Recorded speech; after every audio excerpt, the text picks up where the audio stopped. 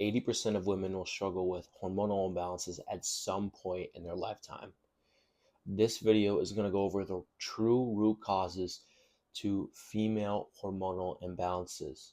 As someone who works with females day in, day out in hormone health, gut health, and all types of functional health issues, and researching true root causes, this video will be a one and all for you to understand what truly is holding you back and giving you those hormonal imbalances.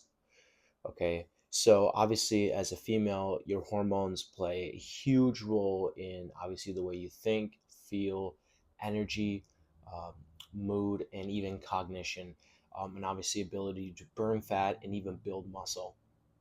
And so, I have some notes here, but it's mostly going to be just off the top of my head here. So, majority of women struggle with um, estrogen dominance, PCOS, low progesterone, high testosterone, low testosterone, and all sorts of those issues. So, what does those manifest into? So, if you are struggling, if you are a woman and you are struggling with PMS, lack of ovulation, or heavy periods, or low sex drive, or inability to lose weight, brain fog, fatigue, and insomnia, migraines, or headaches, those are signs that you have some hormonal imbalances.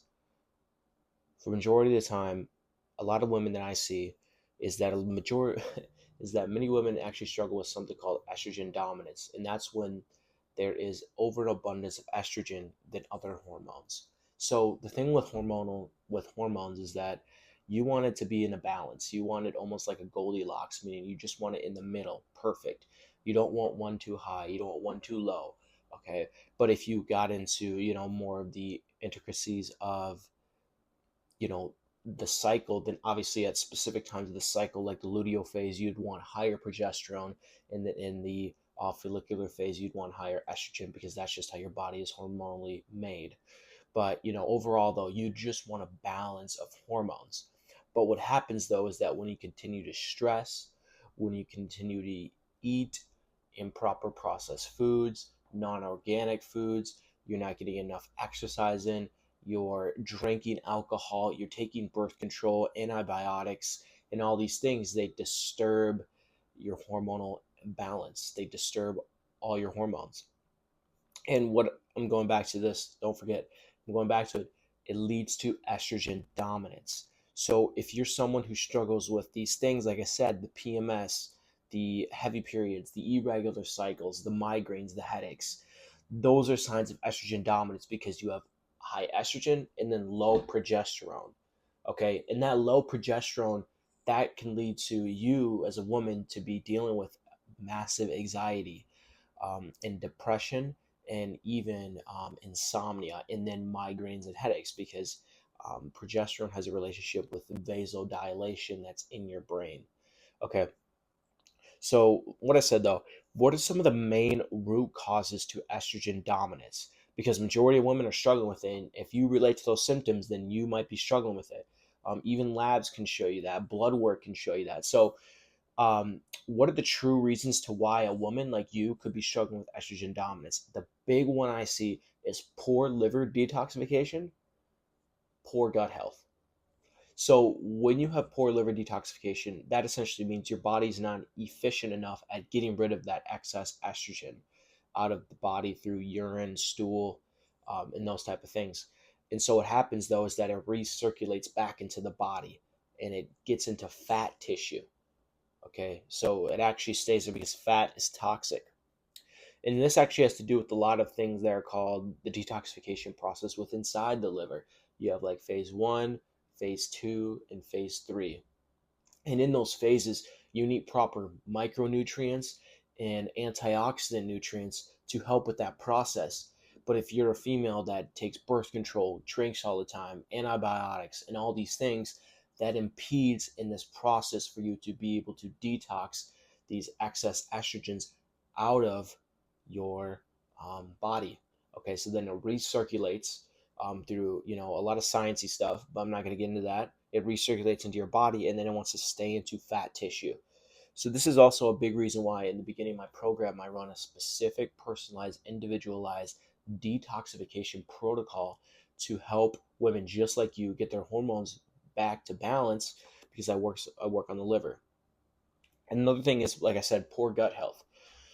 So poor gut health could be if you're dealing with bacterial overgrowth or if you're dealing with intestinal permeability, leaky gut. Because what happens though is that if you're dealing with leaky gut, which can be caused by a lot of things that cause estrogen dominance, believe it or not, um, it leads to bacteria that's bad called lipopolysaccharides. They're called LPS, coming from gram-negative bacteria.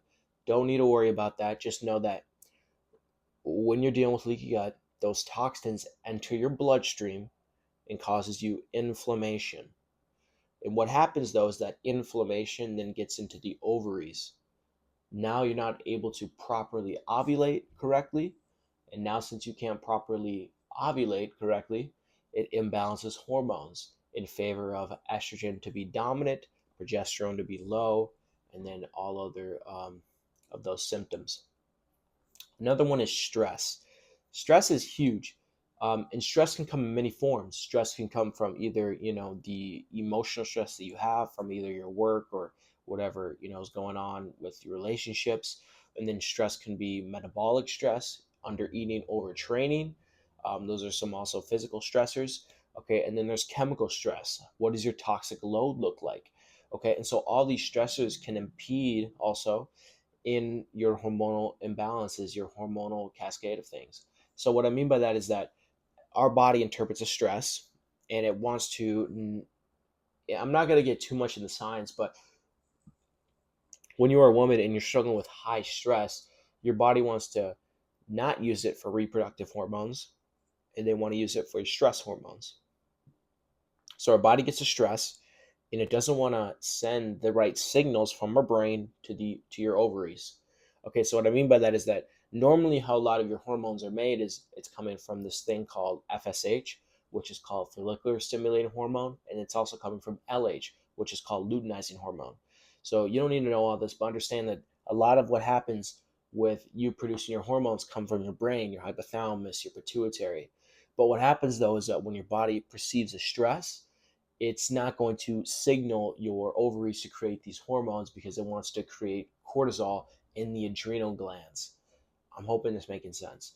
And so what happens though is that now, since you're not able to, properly get the signals to your ovaries to create hormones, then you obviously have lack of hormones. And then when you throw in, because remember though, when we're looking at a root cause approach, it's not just stress, because this is why people get it wrong, because they're going to look at this Instagram post and they're going to be like, high cortisol equals this, this, this, or they're going to look at poor gut health equals this, this, this, or they're going to be like liver equals this, this, this, thyroid equals this, this, this. But what happens is that it's actually a little bit of everything because it's all interconnected and nothing is in unison. So hopefully that clears up some confusion that you might have. So back to what I was saying though.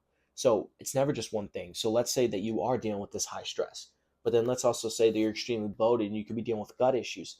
Those intertwine to be causing you to have hormonal imbalances. But here's the thing about hormones. They're the end user. They're the things that are just affected by the external environment. And going more in depth on what that means is that your hormones aren't just, there's a process that gets your hormones to be in balance. You don't wake up one day with hormonal balances. Okay. There's been a process that you've done, or there's a process that's going on that leads to hormonal imbalances.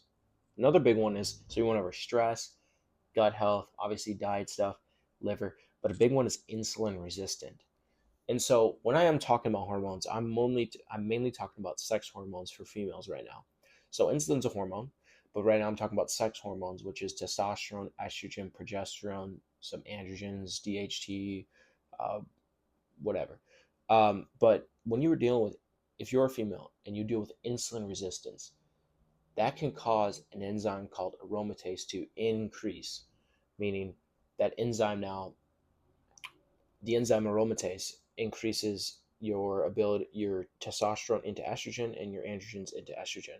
So what happens though is that if you have more fat tissue, then you have more aromatase, and then you add in insulin resistance, and then it's no wonder why estrogen dominance is happening, or endometriosis, or PCOS.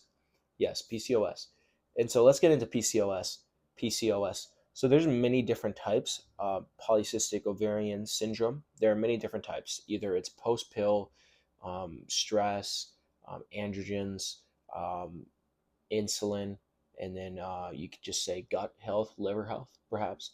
Um, and so there's like five different things, but majority of the times it's a little bit of everything.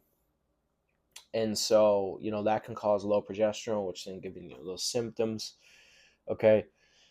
And so let's actually just get into what are some actionable things that you can do. What are some things that you can do as a female to help get your hormones balanced? The number one is to correct your gut and liver health, making sure that your gut microbiome is healthy. There's good bacteria, and then get rid of any negative bacteria. Make sure that the gut lining is intact.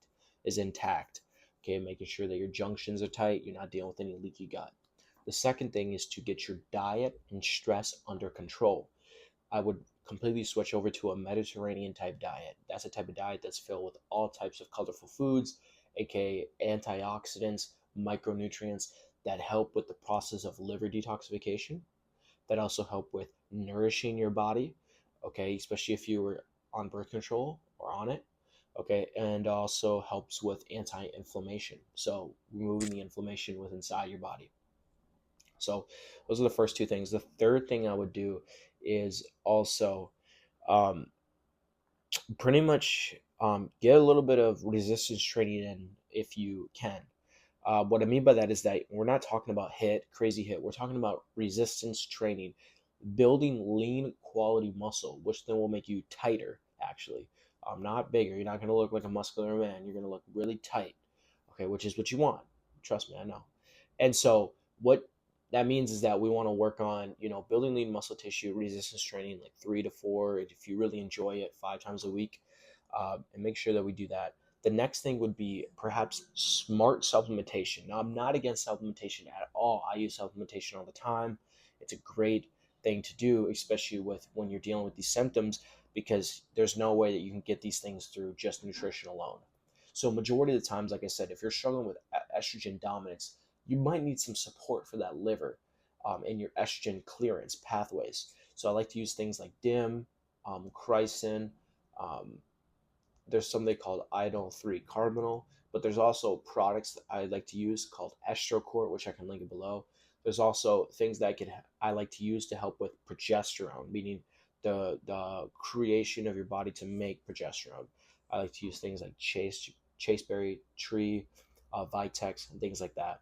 Also, getting adaptogens to help with stress is a huge one as well. Making sure that your HPA axis, your hypothalamus pituitary adrenal axis, is balanced.